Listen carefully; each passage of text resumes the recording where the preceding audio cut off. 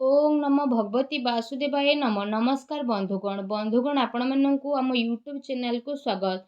बंधुगण आज आम जानिबा आपणक पई आगामी 2 दिनर स्थिति किपरि साब्यस्त हेबो, केउ प्रकारर ए 2 दिन को आपण माने प्लानिंग करिवे, ए दिन विशेष भाबरे आपण माननक पई किपरि साब्यस्त हेबो, केउ केउ जिनिस रे आपणकु फायदा हेबो, केउ सबु जिनिस रे आपणकु सावधानता अवलंबन करिबा पई पड़िबो, आपणकर लव लाइफ किपरि रहिबो, क्यारियर किपरि रहिबो, बिजनेस आउ व्यापार किपरि रहिबो एवं स्वास्थ्यर किछि महत्वपूर्ण इनफॉरमेशन मध्ये आमे आपण माननकु देबु।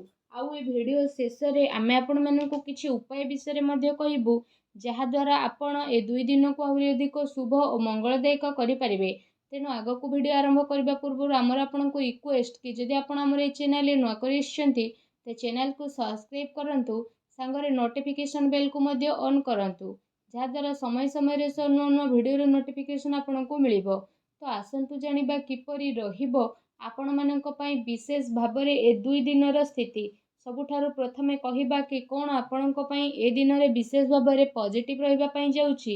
जदि कहिबा ए समय रे आपणकर आर्थिक स्थिति काफी अनुकूल मध्य रहिबो। आर्थिक लाभ पई मध्य आपणकु विशेष भाबरे भल मौकार मध्य प्राप्त हेबो। व्यवसाय संबंधित किंबा बाहरर कंपनी संबंधित कार्य रे आपणकु विशेष भाबरे भल लाभ प्राप्तिर संभावना मध्य बनुछि। ता सहित बाहरु काम कार्य को नेई मध्य आपणकर किछि यात्रा होई पारे, जहा आपणक पई अवश्य ही लाभदायक सिद्ध हेबो।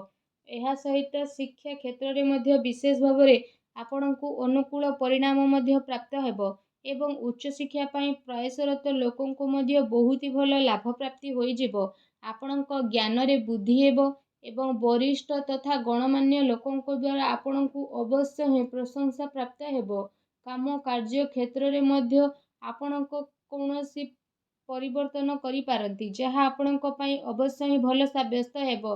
पूरा परिवार रे जदि कहिबा सबु लोक काफी जूस रे देखिबा को मिलिबे, आ घर परिवार रे हर्ष उल्लास रो माहौल रहिबो। ए कारण पई आपण कोनोसी प्रॉपर्टी पई मध्य गभीरतार सह विचार करिवे, आपण कोनोसी प्रॉपर्टी मध्य किनि पारंती। ता सहित धन धान्य अचल संपत्ति प्राप्ति पई मध्य ए दिनर समय आपणक पई बहुत ही भल समय रहिबाकु जाउछि। ता सहित ए दिनर समय आपण समस्तक पई मौज मजलिस आ आनंद रे मध्य भरी रहिबो, कारण आपण जीवन को पूरा रूप रे जी मध्य नेबे। आ आपणकर मनोबल पूरा रूप रे आपणकर कार्य प्रति पूर्ण रूप रे समर्पण भाव मध्य आपणक पई नुआ उपलब्धि को प्रदान मध्य करिवो। ता सहित आपणकर टिके भी परिश्रमर आपणकु भरपूर फल मध्य प्राप्त हेबो, जहा द्वारा आपणकु काफी खुशी रो अनुभव हेबो। ता सहित ए दिन विशेष भाबरे आपण समयर सदुपयोग करंतु, कारण आज आपणकु बहुत भल लाभ प्राप्ति होई पारे, आपणकु जहा द्वारा काफी खुशी अनुभव हेबो। आसंतु जानिबा आपणक पई कोन नेगेटिव रहिबो। जदि कहिबा पारिवारिक माहौल खराब हेबार संभावना जेहेतु देखा देउछि, तो सेति पई पारिवारिक स्थिति को अनुकूल बनेइबा पई जणे आउ जणक सह परस्पर संबंध हेबार बहुत ही अधिक जरूरी रहिछि। आपण साहसी तथा पराक्रमी व्यक्ति हेबा सहित गोटे दायित्ववान व्यक्ति अटंती। सेति पई आपण आपणकर घर परिवार प्रति भल भावना रखिकी जणे आउ जणकु जोड़िबा पई प्रयास करंतु।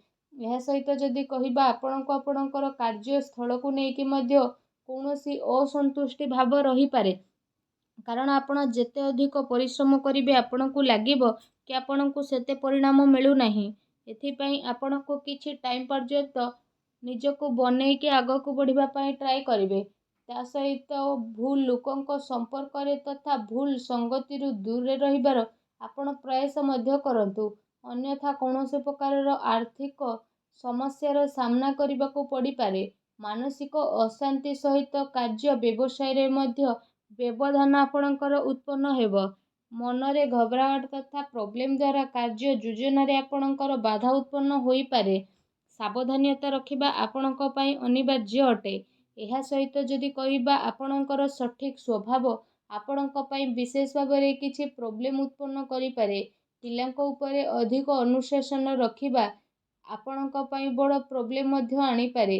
ସେଥିପାଇଁ ନିଜର ସ୍ୱଭାବରେ ଆପଣ ଟିକେ ଲଚିଲାପଣ ନେଇକି ଆସନ୍ତୁ। ପିତାଙ୍କ ସମ୍ମାନ କରନ୍ତୁ। କିଛି ମତଭେଦ ଉତ୍ପନ୍ନ ହୋଇପାରେ, ତେଣୁ ଟିକେ ସାବଧାନ ରୁହନ୍ତୁ। ଏହା ସହିତ ଆପଣ ତରତରରେ କୌଣସି ବି ନିର୍ଣ୍ଣୟ ଆଦୌ ବି ନିଅନ୍ତୁ ନାହିଁ। ଯଦି ଆପଣ ସବୁ କାମକୁ ନ କରିବେ ତ ଆପଣଙ୍କୁ ନୁକସାନ ମଧ୍ୟ ହୋଇପାରେ। ଏ ଦିନରେ ଅଚାନକ ଯାତ୍ରା କାରଣରୁ ବିଶେଷ ଭାବରେ ଆପଣଙ୍କୁ ବହୁତ ପ୍ରୋବ୍ଲେମର ଫେସ୍ କରିବା ପାଇଁ ପଡ଼ିପାରିବ। ଉଦ୍ଧାର ମାଗୁଥିବା ଲୋକଙ୍କୁ ନଜରଅନ୍ଦାଜ କରନ୍ତୁ। ମତଭେଦର ଗୋଟେ ଲମ୍ବା ଶୃଙ୍ଖଳା ବନିବା କାରଣରୁ ଆପଣଙ୍କୁ ସାମଞ୍ଜସ୍ୟ ବନେଇବାରେ ମୁସ୍କିଲ ମଧ୍ୟ ଏ ଦିନରେ ଆସିପାରେ, ତେଣୁ ଟିକେ ସାବଧାନ ରୁହନ୍ତୁ। ଆସନ୍ତୁ ଜାଣିବା ଏ ସମୟରେ ଆପଣଙ୍କର ଲଭ୍ ଲାଇଫ୍ କିପରି ରହିବ। ଆପଣଙ୍କ ଦାମ୍ପତ୍ୟ ଜୀବନ ବିଷୟରେ ଯଦି କହିବା ତ ଏ ଦିନରେ ଆପଣଙ୍କ ପ୍ରେମ ଜୀବନ ପାଇଁ ବହୁତ ହି ଭଲ ଦିନ ରହିବ। ତା ସହିତ ପ୍ରେମ ମାମଲା ପାଇଁ ମଧ୍ୟ ଏ ସମୟ ଆପଣଙ୍କ ପାଇଁ ଅତି ଉତ୍ତମ ରହିବ। ଏହା ସହିତ ବିବାଦରୁ ଆପଣ ଦୂରେଇ ରୁହନ୍ତୁ। କାହାର କହିବା ଦ୍ୱାରା କୌଣସି କାର୍ଯ୍ୟ ଆପଣ କରନ୍ତୁ ନାହିଁ। ଆପଣଙ୍କୁ ଆପଣଙ୍କ ନିଜ ଉପରେ ଭରସା ରଖିବାକୁ ପଡ଼ିବ। ଅଥବା ନିଜେ ନିଜ ଉପରେ ଭରସା ରଖିକି ନିଜର ପ୍ରେମୀ ପ୍ରେମିକା ଉପରେ ଭରସା ରଖନ୍ତୁ ତଥା ଜଣେ ଆଉ ଜଣଙ୍କ ପ୍ରେମରେ ବନିକି ରୁହନ୍ତୁ, ଯାହାଦ୍ୱାରା ଏ ଦିନ ପ୍ରେମ ଜୀବନ ପାଇଁ ବହୁତ ହି ଭଲ ଦିନ ରହିବାକୁ ଯାଉଛି। ଆଉ ଏ ଦିନରେ ଆପଣ ଅବଶ୍ୟ ହିଁ ଲାଭ ଉଠାନ୍ତୁ। ଆସନ୍ତୁ ଜାଣିବା ଏ ସମୟରେ ଆପଣଙ୍କ ବ୍ୟବସାୟ କ୍ୟାରିୟର କିପରି ରହିବ। ନିଜର ଯୋଜନାକୁ ଆପଣ କାହାରି ଆଗରେ ଅଧିକ ଜାହିର କରନ୍ତୁ ନାହିଁ। ଆପଣଙ୍କର ଗୁପ୍ତ ଯୋଜନା ଆପଣଙ୍କ କାମରେ ଅଧିକ ଫାଇଦା ପ୍ରଦାନ କରିବ। ଏ ସମୟରେ କେଉଁଠାରୁ ଆପଣଙ୍କୁ ବିଶେଷ ଭାବରେ ଅଚାନକ ଲାଭ ମିଳିବାର ଆଶା ରହିଛି। ବାସ୍ ଆପଣଙ୍କୁ ଆପଣଙ୍କର ନିର୍ଣ୍ଣୟକୁ ହିଁ ମାନ୍ୟତା ଦେବାର ରହିଛି। ପବ୍ଲିକ ଡିଲିଂ କାମରେ ଆପଣଙ୍କୁ ଅବଶ୍ୟ ହିଁ ଫାଇଦା ପ୍ରାପ୍ତି ହୋଇଯିବ। ତା ସହିତ ବ୍ୟବସାୟିକ କ୍ଷେତ୍ରରେ ଧନ ଲାଭର ସ୍ଥିତି ମଧ୍ୟ ବନୁଛି। ଆଉ କାର୍ଯ୍ୟ ସବୁ ଆପଣଙ୍କ ପାଇଁ ସବୁ ଆସାନୀରେ ମଧ୍ୟ ସଫଳ ହେବ। ଆଉ କାରବାର ବିସ୍ତାରର ମଧ୍ୟ ଆପଣ ଯୋଜନା ବନେଇ ପାରନ୍ତି, ଯାହା ଆପଣଙ୍କ ପାଇଁ ଆଗକୁ ଯାଇକି କାଫି ଲାଭଦାୟକ ସିଦ୍ଧ ହେବ। ଏହା ସହିତ ଆପଣଙ୍କୁ ପଇସା ନେଣ ଦେଣରେ ସାବଧାନ ରହିବାକୁ ପଡ଼ିବ। ପ୍ରପର୍ଟିରେ ନିବେଶ ମଧ୍ୟ ଆପଣ କରିପାରନ୍ତି, ଯାହା ଆପଣଙ୍କ ପାଇଁ ଆଗକୁ ଯାଇକି ଅବଶ୍ୟ ହିଁ ଲାଭଦାୟକ ସିଦ୍ଧ ହେବ। ତା ସହିତ ଚାକିରି ପେଶା ବ୍ୟକ୍ତି ବିଶେଷଙ୍କ ପାଇଁ ଏ ଦିନ ବହୁତ ହି ଭଲ ଦିନ ମଧ୍ୟ ରହିଯିବ।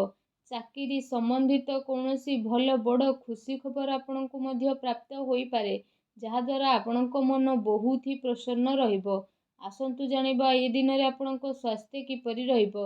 ଏ ଦିନରେ ଆପଣଙ୍କ ସ୍ୱାସ୍ଥ୍ୟ ସମୃଦ୍ଧ ବନିକି ରହିବ, କିନ୍ତୁ ଶୁଭାଶୁଭ ଗ୍ରହଙ୍କ ସ୍ଥିତି କାରଣରୁ ଏ ସମୟରେ ଆପଣଙ୍କୁ ସକାରାତ୍ମକ ଆଉ ନକାରାତ୍ମକ ଦୁଇଟି ପ୍ରକାରର ପରିଣାମ ମଧ୍ୟ ଦେଖିବା ପାଇଁ ମିଳିବ।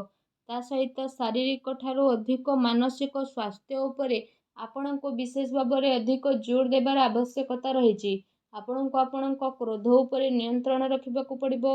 ତା ସହିତ ନିଜର ଖାଦ୍ୟ ପେୟରେ ମଧ୍ୟ ଆପଣ ବିଶେଷ ଭାବରେ ଧ୍ୟାନ ଦିଅନ୍ତୁ, କାରଣ ଏ ସମୟରେ ପେଟ ସମ୍ବନ୍ଧିତ କିଛି ସମସ୍ୟା ଆପଣଙ୍କର ଉତ୍ପନ୍ନ ହେବ, ତେଣୁ ଟିକେ ସାବଧାନ ରୁହନ୍ତୁ।